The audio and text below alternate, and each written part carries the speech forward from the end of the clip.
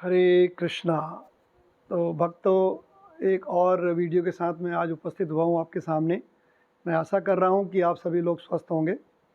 तो आज हम जिस विषय पर चर्चा करने जा रहे हैं वह विषय बहुत ही महत्वपूर्ण है और ख़ासकर इस कलयुग के लिए ये जो चर्चा का विषय है हमारा, ये बहुत ही महत्वपूर्ण रहने वाला है। तो आप कृपया इस वीडियो को पूरा अवश्य देखें, तभी आपको लाभ होगा। हमारा इस कलयुग में हम देख रहे हैं कि सभी लोग दुखी हैं, सभी पीड़ित हैं, सभी कष्टों में हैं।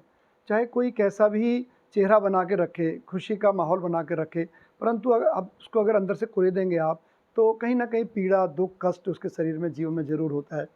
तो इन सभी बातों को देखते हुए मैं एक बहुत ही सुंदर मंत्र के बारे में आपको बताने जा रहा हूँ, बल्कि उसको हम लोग इस कलयुग के लिए महामंत्र का नाम देंगे। और कलयुग का महामंत्र ही वो है जिसके करने मात्र से ही हम कलयुग के कष्टों से, कलयुग के पाप तापों से, कलयुग के जितने भी पीड़ाएँ हैं, उनसे हम लोग सब बच सकते हैं। ये अब मेरा कथन नहीं है, ये हमारे शास्त्रों का कथन है।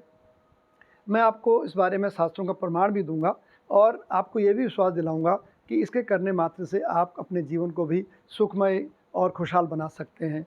और इसी तरह से हम जो देख रहे हैं कि आजकल आप अगर ये देख रहे हैं कि किसी व्यक्ति को कोई पीड़ा हो रही है, ठीक है, किसी के सिर में मान लीजिए दर्द हो रहा है, या किसी के पैर में दर्द हो रहा है, या किसी को और तरह की कोई बीमारी है, तो उसके लिए एक ही दवाई सूट नहीं करेगी उसको। डॉक्टर उसको क्या है, अलग अलग बीमारी के लिए अलग अलग दवाई उसको देगा, और उस अलग अलग दवाई को खाने से ही उसको क्या होगा, उसकी तकलीफ को दूर होगी, उसकी पीड़ा दूर होगी। अगर वो हर तरह की पीड़ा के लिए, हर तरह के कष्ट के लिए केवल एक ही दवाई खाएगा, है ना, तो वो दवाई क्या करेगी, उसका असर नहीं करेगी, बल्कि उसका रोग बढ़ जाएगा और उसको और ज़्यादा परेशानी का अनुभव होगा।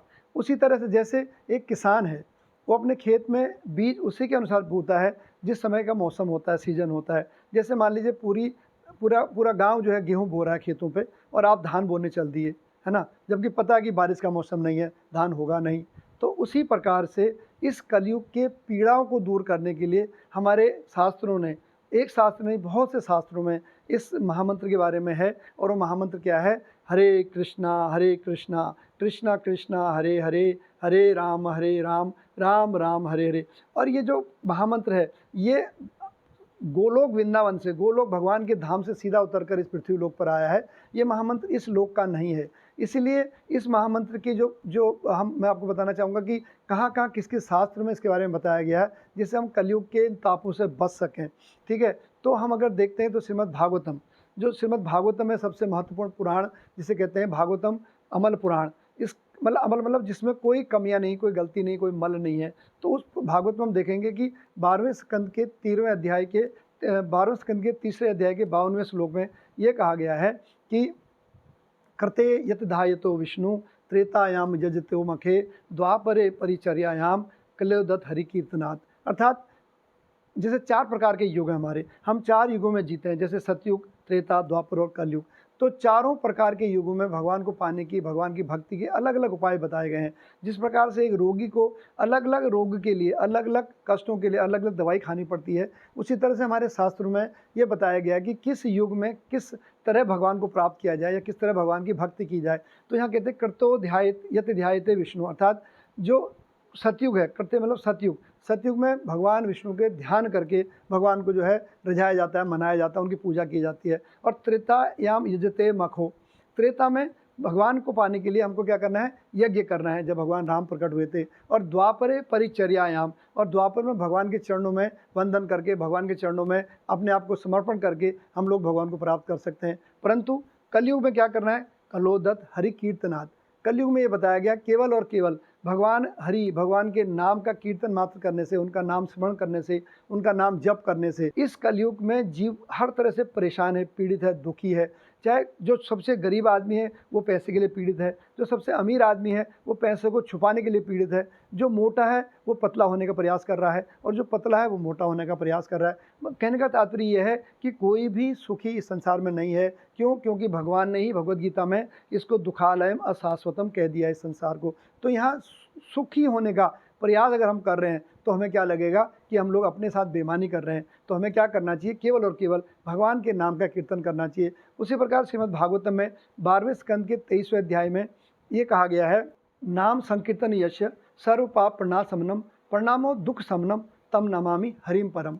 अर्थात भगवान के नाम के कीर्तन करने मात्र से ही इस कलयुग के, इस भौतिक युग के कष्टों को हम लोग पार कर सकते हैं, ये भवसागर को हम लोग पार कर सकते हैं। और भगवान को केवल प्रणाम करने मात्र से, हम भगवान को अगर नमस्कार भी करते हैं, मंदिर के आगे सिर झुकाते हैं, भगवान के आगे सिर झुकाते हैं, तो उसके करने मात्र से भी हमारे सभी जो है मनोकामनाएं पूर्ण होती हैं और हमारे कष्टों का निवारण होता है। तो ये इसी तरह के जो श्लोक हैं वो हमारे बृहद नारद पुराण में भी दिया गया है, और उसी तरह के श्लोक हमें जो है विष्णु पुराण में भी दिया गया है, और उसी तरह के श्लोक जो है हमारे जो है यजुर्वेद में भी दिए गए हैं। तो कहने का मतलब ये है कि साक्ष्य इतने हैं कि इस श्लोक के बारे में, इस महामंत्र के बारे में, कि मेरे पास समय कम हो जाएगा, इतने में साक्ष्य दे सकता हूँ। परंतु हम अगर मैं जो कहना चाह रहा हूँ, मेरा कहने का तात्पर्य केवल इतना है कि इस कलयुग में केवल और केवल भगवान के नाम का कीर्तन करने मात्र से ही हम लोग अपने कष्टों से मुक्त हो सकते हैं। मैं कह रहा था कि जैसे हम लोग शास्त्रों की अगर बात करें तो हमारे बृहद नारदीय पुराण में भी कहा गया है कि हरेर नाम एव केवलम कलेव नास्तेव गतिर अन्यथा। अर्थात केवल इस कलयुग में भगवान के नाम, हरि के नाम का गुणगान करने मात्र से ही आपको सारे कष्टों से लाभ प्राप्त होता है, खुशी प्राप्त होती है। इस मंत्र के जपने से, इस महामंत्र के जपने से मनुष्य जो है सभी तीर्थ स्थानों का भ्रमण करने का, सभी पवित्र नदियों में स्नान करने का फल प्राप्त कर लेता है। इसी प्रकार से हम देखते हैं कि चैतन्य चरितामृत में भी 17.22 में ये कहा गया है, कली काले नाम रूपे कृष्ण अवतार नाम हैते हय सर्व जगत निस्तार। अर्थात कि अगर हम इस कलयुग में भगवान अपने नाम के रूप में प्रकट हुए हैं, ये कलयुग काल में भगवान क्या कर रहे हैं, अपने नाम के रूप में अपने को प्रकट कर रहे हैं कि जो भगवान का नाम भी भजेगा, जो भगवान का नाम भी जपेगा, जो इस तरह से नाम भी भगवान का जप करेगा, तप करेगा, संकीर्तन करेगा, उसको भगवान को प्राप्त करने में कोई कठिनाई नहीं होगी। उसी प्रकार से हमारे पद्म पुराण में भी कहा गया है कि द्वातिर अक्षर मंत्र नाम षोडशम कान्वितम प्रजपन्नम वैष्णव नित्यम श्री राधा कृष्ण स्तम लभेत। अर्थात कि द्वातिर अक्षर मंत्रम, जो 32 अक्षर का मंत्र है ना, 32 अक्षर का मंत्र है, जिसमें भगवान के नाम 16 बार आ रहे हैं, 16 भगवान के नाम हैं। और क्या करते हैं, वैष्णव प्रजपन्नम नित्यम, जो वैष्णव लोग हैं, जो विष्णु के भक्त हैं, जो कृष्ण के भक्त हैं, वो इसका जपन रोज करते हैं, इसका रोज जप करते हैं। उससे क्या होता है, उनको श्री राधा कृष्णम स्थलम लभेत। अर्थात जो भगवान राधा कृष्ण का स्थल है, जहाँ भगवान राधा कृष्ण रहते हैं, वो कहाँ रहते हैं, गोलोक वृंदावन धाम में रहते हैं। हम सभी लोगों का जो परमानेंट निवास है, हम लोग आए कहाँ से हैं, गोलोक वृंदावन धाम से हैं। हम अपनी गलतियों के कारण आज इस पृथ्वी पर घूम रहे हैं, इस भौतिक जगत में घूम रहे हैं, परंतु वापस जाने का टिकट क्या है, केवल और केवल हमारे पास हरि नाम संकीर्तन है। जिस प्रकार से अगर आपने कहीं जाना है, मान लीजिए आपने मुंबई जाना है, मुंबई जाने के लिए आपको क्या करना पड़ेगा, आप रेलवे स्टेशन पर पहुंच गए तो कोई भी ट्रेन आपके सामने से जा रही है उसमें बैठ जाएंगे तो क्या मुंबई पहुंच जाएंगे? ऐसा नहीं होगा। तो आपको मुंबई जाने के लिए मुंबई की ट्रेन पकड़नी पड़ेगी और मुंबई का टिकट लेना पड़ेगा। उसी तरह से जिस तरह से हम लोगों ने गोलोक वृंदावन धाम जाना है, भगवान के लोक में जाना है, तो हमको क्या करना पड़ेगा, उनका टिकट लेना पड़ेगा। और उस गोलोक वृंदावन का टिकट क्या है, हरे कृष्णा कृष्ण कृष्णा हरे हरे, हरे राम राम राम हरे हरे। इस नाम को जपने मात्र से ही आपको पूरे इस कलयुग के तापों से आपको राहत मिल जाए। अब नाम जपे तो कैसे जपें, अब ये बहुत से नाम दिए गए, भगवान के तो लाखों करोड़ों नाम हैं, श्री कृष्ण भी है, गोविंद भी है, माधव भी है ना, मुकुंद भी है। तो ये मंत्र जो कह रहे हैं भाई किसका नाम जपो, तो इसका कहाँ पर पुष्टिकरण किया गया कि हरे कृष्ण महामंत्र का जप ही इस कलयुग के लिए है ना। ये भी हमें पता होना चाहिए कि हमने शास्त्र ये तो कह रहे हैं कि हरि का नाम जपो, हरि का नाम जपो, बट हरि का कौन सा नाम हमें जपना चाहिए, उसके बारे में हमारे शास्त्र कहते हैं, बृहद नारदीय पुराण में आता है, जहाँ पर ब्रह्मा जी और नारद जी का संवाद बहुत विख्यात है। ये कि नारद जी पूछते हैं ब्रह्मा जी से कि हे ब्रह्मा जी, ये जो कलयुग के जीव हैं, हमने भौतिक संसार तो बना दिया और कलयुग के जीव भी उसमें आ गए, 83 लाख योनियाँ भी उसमें आ गई, हर योनि के अलग अलग कष्ट हैं, ताप हैं, दुख हैं, तो क्या सभी जीव, चाहे वो जानवर है, चाहे वो पेड़ पौधे हैं, चाहे जलचर हैं, चाहे नवचर हैं, क्या वो हरिनाम कर सकते हैं? तो अगर करते हैं तो उसको कौन सा करना चाहिए? तो ब्रह्मा जी बताते उस कलयुग के ताप से बचने के लिए उनको केवल और केवल एक ही महामंत्र जपना चाहिए, वह है हरे कृष्णा कृष्ण कृष्णा हरे हरे, हरे राम राम राम हरे हरे। तो आप सभी मेरे साथ एक बार बोलेंगे, हरे कृष्णा कृष्ण कृष्ण हरे हरे, हरे राम राम राम हरे हरे। इस महामंत्र को ब्रह्मा जी ने नारद जी से कहा कि इस मंत्र को जपने के बाद ही मनुष्य इस संसार से बाहर चला जाएगा, मतलब अपने मुक्ति प्राप्त कर लेगा, गोलोक वृंदावन चला जाएगा। तो उसके आगे कहते हैं ब्रह्मा जी कि इति षोडशकम नाम नाम कली कलमस नाशनम नाथ परत रोपाय सर्ववेदेषु दर्शित। अर्थात कि इस 16 मंत्र अक्षर वाले मंत्र का जाप करने से ही कलयुग के सारे कलमश नाश हो जाते हैं, और इसका जो पूरे वेद हैं, पूरे शास्त्र हैं, पूरे पुराण हैं, पूरे उपनिषद हैं, उन सब का ये जो क्या है सूक्ष्म तरह से पूरा समावेश है। इस मंत्र में सभी का जो है समावेश है। आपको और कुछ मंत्र करने की आवश्यकता नहीं है। और सर्ववेदेषु दर्शित, सभी वेद यही कहते हैं कि इस मंत्र का जाप करना चाहिए। अब यहाँ पर एक सवाल ये आता है कि इस नियम को, इस मंत्र को, महामंत्र को जपने का कोई नियम तो होगा।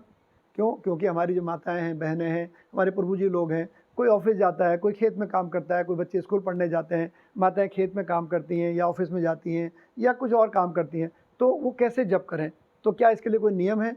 तो इसके लिए कहते हैं हमारे शिक्षा आश्रम में बताते हैं, नाम नामकारी बहुधा निज सर्वशक्ति सत अर्पिता नियमित स्मरण न काल एता दृष्टि त्वकृपा भगवन ममापि दुर्दैवमी दृश्य महाजनी नानुराग।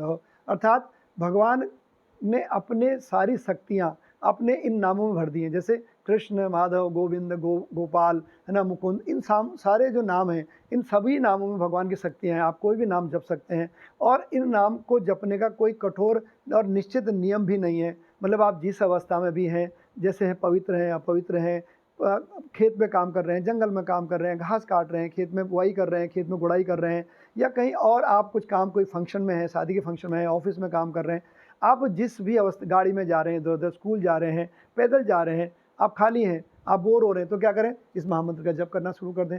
इसके लिए आप आवश्यक नहीं है कि आपको नहा धो के बैठना है, जूते चप्पल उतार देने हैं, या आपको बिल्कुल शुद्ध अवस्था में सुबह जो है ब्रह्म मुहूर्त में ही करना है। ऐसा कोई नियम कठोर नहीं है। इसके लिए आपको जब मन करे, जिस अवस्था में मन करे आपका, इस मंत्र का आप जप करें।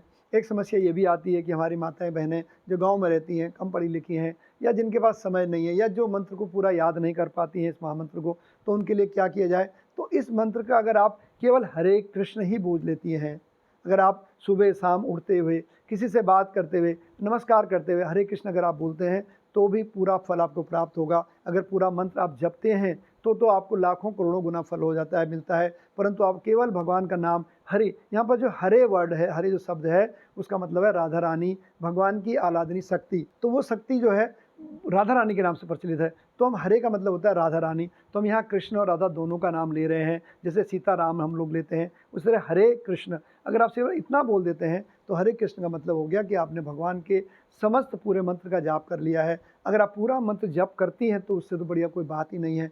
तो आपको करना क्या है कि आप जब फ़ोन कोई आता है आपको, मान लीजिए छोटा सा सिंपल सा एग्जांपल मैं आपको दे रहा हूँ, कैसे आप मंत्र से जुड़ सकती हैं। फ़ोन आप करते हैं, सभी करते हैं, आजकल सबके पास फ़ोन है। तो आप जब फ़ोन आता है तो उसको जब फ़ोन उठाएं तो आप उसको हेलो ना बोलकर क्या कहें? हरे कृष्णा। तो क्या होगा कि सामने वाले के कानों में क्या जाएगा? हरे कृष्णा चला जाएगा। और आप जब आपको कोई फ़ोन करता है तो आप फ़ोन उठाएं तो कहें हरे कृष्णा। तो क्या होगा कि सामने वाला सुनेगा तो उसको लगेगा हरे कृष्णा। इसी तरह से क्या होगा कि आप जिसको भी ये हरे कृष्णा महामंत्र बोलेंगे, हरे कृष्णा बोलेंगे, तो आपके द्वारा वो प्रचार हो जाएगा। भगवान भगवद गीता में कहते हैं कि मैं अपने उस भक्त को बहुत ही प्रेम करता हूँ जो मेरे नाम का, रूप का, गुण का, लीलाओं का, धाम का और भगवद गीता का प्रचार और प्रसार करता है। तो उसके लिए ये जरूरी नहीं है कि आपको पूरी भगवद गीता लोगों को सुनानी है या पूरी भगवद गीता आपको बांटनी है। अगर आप इस अवस्था में नहीं है कि आप पूरी भगवद गीता बांट सकें या कुछ और इस तरह का आप कार्य कर सकें, भगवान प्रसन्न हो, तो आप केवल हरे कृष्ण ही बोलकर भगवान के नाम का प्रचार कर सकते हैं। ये दूर दराज के हमारे जो उत्तराखंड के भाई बहन हैं, हमारे गांव में, हमारे उस क्षेत्र में अभी हरे कृष्ण महामंत्र का इतना प्रचार और प्रसार नहीं हो पाया है। तो धीरे धीरे करके आप इस तरह के वीडियो को पाने के लिए मेरे एक तो इस चैनल को सब्सक्राइब जरूर करें, ताकि भविष्य में मैं जो भी इस तरह की वीडियो बनाऊँ आपको ज़रूर प्राप्त हो।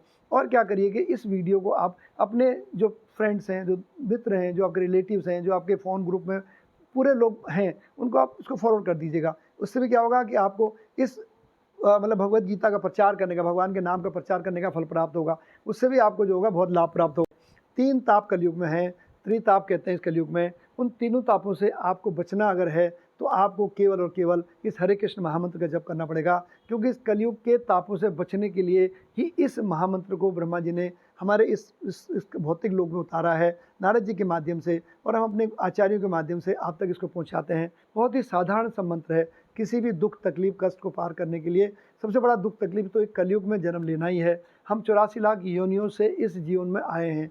84 लाख योनियाँ हमारी पता नहीं क्या क्या रही होंगी। उन सब के पाप कर्मों को हम ढोते ढोते अब भगवान ने हमें मनुष्य जीवन दिया है, और मनुष्य जीवन का केवल और केवल एक ही उद्देश्य है, हरि नाम संकीर्तन। दुर्लभो मानुषो जीवो, मनुष्य जीवन अगर मिल जाता है तो उसका हमें उपयोग करना चाहिए, बल्कि उपभोग नहीं करना चाहिए। कहने का मतलब ये है कि उसको हमें भगवान की सेवा में लगाना चाहिए। जीवेर स्वरूप है कृष्णेर नित्य दास, जीव का स्वरूप हम क्या है, केवल भगवान के नाम का कीर्तन है। और दूसरा मैं आपको ये बताऊं भक्तों कि हम अपने शरीर को स्वस्थ रखते हैं, अपने शरीर को साफ रखते हैं, अपने शरीर को हंस-खुश रखते हैं, अपने शरीर को सुंदर बनाते हैं। कैसे? हम अच्छा भोजन करते हैं, अच्छे कपड़े पहनते हैं, अच्छा खाना खाते हैं, अच्छी तरह से अपने एक्सरसाइज करते हैं, योगा करते हैं। जिससे क्या होता है, हमारा बाहरी शरीर जो है, स्थूल शरीर जो है, वो दिखने में अच्छा दिखता है हमको, परंतु इस शरीर के अंदर जो मेन चीज़ है, जो मेन है, जो मुख्य चीज़ है, वो क्या है? हमारा आत्मा है। हमारी आत्मा, जिसे हम सूक्ष्म शरीर कहते हैं। देखिए, जिस प्रकार से किसी शरीर से आत्मा चली जाती है छूटकर, तो शरीर वहाँ पड़ा है, परंतु वो निष्क्रिय होता है, निर्जीव होता है, वो कुछ कर नहीं सकता। ठीक है ना? जब तक शरीर के अंदर आत्मा रहती है, तब तक शरीर सब कुछ कर सकता है, बोल सकता है, चल सकता है, देख सकता है, खा सकता है, पी सकता है, सारी क्रियाएं कर सकता है। परंतु शरीर से आत्मा के निकलते ही शरीर हमारे सामने होता है, परंतु हम क्या कहते हैं कि वो चले गए। तो चला कौन गया? आत्मा चली गई। तो आत्मा के का भोजन क्या है? सवाल ये आता है ना। आप सोचिए कि शरीर के लिए तो हम लोग सब कुछ कर रहे हैं, खा रहे हैं, पी रहे हैं, पहन रहे हैं, अच्छा सब कुछ कर रहे हैं, परंतु जो शरीर के अंदर आत्मा है, जिससे शरीर चल रहा है, फिर रहा है, और हमें जो है अच्छी चीज़ दिखा रहा है, सुना रहा है, कान सुन पा रहे हैं, कि केवल केवल आत्मा की वजह से, आँख देख पा रही है केवल आत्मा की वजह से। तो आत्मा का भोजन क्या है? तो वह आत्मा का भोजन केवल और केवल हरि नाम है, भगवान के नाम का कीर्तन है, भगवान के नाम का जप है। तो जिस तरह हम अपनी आत्मा में हमारे कई जन्मों का पाप हम लेके घूम रहे हैं, आगे बढ़ रहे हैं, जन्म जन्म 84 लाख योनियों में हम जन्म ले रहे हैं, है ना? आगे बढ़ते बढ़ते बढ़ते कितने साल, कितने वर्षों के बाद हमें मनुष्य जीवन मिला। उस मनुष्य जीवन का अगर फिर भी हमने उपयोग नहीं किया, और हमने अनाप शनाप चीज़ें करके अपने इस मनुष्य जीवन को व्यर्थ कर दिया, तो फिर हम भी वही उसी तरह चले जाएंगे। जिस तरह कोई एक जानवर मर जाता है तो सब लोग भूल जाते हैं, है ना? तो इस मनुष्य जीव का उपयोग करते हुए हमें क्या करना चाहिए? भगवान के नाम का कीर्तन करना चाहिए। दोबारा जन्म ना हो, ऐसी क्रिया हमें करनी चाहिए। पुनर्जन्म नहीं होना चाहिए, है ना? पुनर्जन्म का मतलब होता है कि हम बार बार किसी गर्भ में जन्म लेते हैं, पीड़ा सहते हैं, फिर बाहर आते हैं, फिर दुख तकलीफ सहते हैं, फिर मरते हैं। तो इस जन्म से मुक्ति करने का एक ही मार्ग है। अगर आप पुनर्जन्म नहीं चाहते हैं, अगर आप दोबारा जन्म इस पृथ्वी पर नहीं चाहते हैं, तो उसका और एक ही केवल उपाय है, हरि नाम संकीर्तन करिए, भगवान कृष्ण के नाम का कीर्तन करिए, है ना? कि हम लोग बार बार जन्म नहीं लेना चाहते हैं। कोई नहीं चाहता है, कोई दुख चाहता है, कोई नहीं चाहता है, बस दुख आते हैं। कोई पीड़ा चाहता है, कोई बीमारी चाहता है, कोई बुढ़ापा चाहता है, नहीं चाहता कोई कि पुनरपि जननम पुनरपि मरणम पुनरपि जननी जठरे शयनम, अर्थात बार बार हम लोग जन्म लेते हैं, बार बार हम लोग मरते हैं। तो क्या क्या यूज है, क्या उपयोग है उस चीज़ का? हमें अब ज्ञान प्राप्त हो चुका है। ठीक है, हम अगर बीमार हैं, हमें दवाई नहीं प्राप्त हो रही है, हम दवाई ढूंढ रहे हैं कि हमें दवाई क्या मिले, मेरा रोग कैसे ठीक हो। ये भवसागर है, हम लोग जो इस कलयुग में रह रहे हैं, ये भवसागर है, ये सागर दुखों का सागर है ये। इसको तारने का केवल और केवल एक ही है, इसकी दवाई केवल एक है। अगर हम उस दवाई को प्राप्त करने के बाद भी उसका सेवन ठीक से नहीं कर पा रहे हैं, तो ये हमारी गलती है। इस भवसागर से पार करने के, इस रोग से पार करने के लिए, हम इस रोग को दूर करने के लिए, इस कष्ट से दूर करने के लिए, हमें जैसे दवाई हम खाते हैं, परंतु उसका रोग का कोई हमें फल नहीं मिल रहा है, उस दवाई का फल नहीं मिल पा रहा हमको, इसका हम लोग गलत दवाई ले रहे हैं। उसी तरह से कलयुग के लिए केवल और केवल क्या बताया गया कि हरिनाम संकीर्तन, कलि काले नाम रूपे कृष्ण अवतार। भगवान कृष्ण का जो है नाम रूप में अवतार हुआ है इस कलयुग में। तो हमें सबको अपने बिल्कुल, आप कोई इसमें कुछ छोड़ने की आवश्यकता नहीं। मैंने बताया ना, जैसे कि आपको, आप जो भी काम कर रहे हैं उस काम को करते करते ही आप भगवान के नाम का जप कर सकते हैं। पूरा मंत्र नहीं भी आता है तो केवल हरे कृष्ण हरे राम ऐसा करिए। शुरुआत में ऐसा होगा, धीरे धीरे आपको आदत पड़ जाएगी। बट मेरा आपसे यही रिक्वेस्ट है कि इस हरे कृष्ण को आप अपने जीवन से जोड़ लीजिए, ताकि आगे आने वाला जीवन आपका सुखमय हो और कष्टों में हम लोग ना पड़ें। और प्रार्थना यही है कि इस चैनल को आप सब्सक्राइब जरूर करें और अपने मित्रों को, दोस्तों को जरूर भेजें, ताकि सब तक ये सूचना सब तक पहुंच जाए, सभी जानकारी सब तक पहुंच जाए। इन्हीं शब्दों के साथ मैं एक बार पुनः आपका बहुत बहुत धन्यवाद करता हूं। आपने मेरी पूरी वीडियो देखी और आशा करता हूं कि आप इसको आगे ज़रूर भेजेंगे। मैं आपसे पुनः प्रार्थना करूंगा कि पुनः वीडियो भेजूंगा आपको मैं, तो आपको कैसी लगी। अगर आपको कोई परेशानी इसमें हो रही है तो मेरा एक मोबाइल नंबर भी है, मैं इसमें नीचे स्क्रॉलिंग में डाल दूँगा, 8750285005। फिर भी अगर आपको मेरी इस वीडियो से या कोई और शंका, इसी तरह की कोई शंका आपके मन में उठती है, कोई आपको परेशानी उठती है और आपका समाधान नहीं मिल रहा है, तो मुझे कृपया करके इस नंबर पे आप बात कर सकते हैं। कभी भी मैं आपकी पूरी मदद करने की कोशिश करूँगा। धन्यवाद। हरे कृष्णा।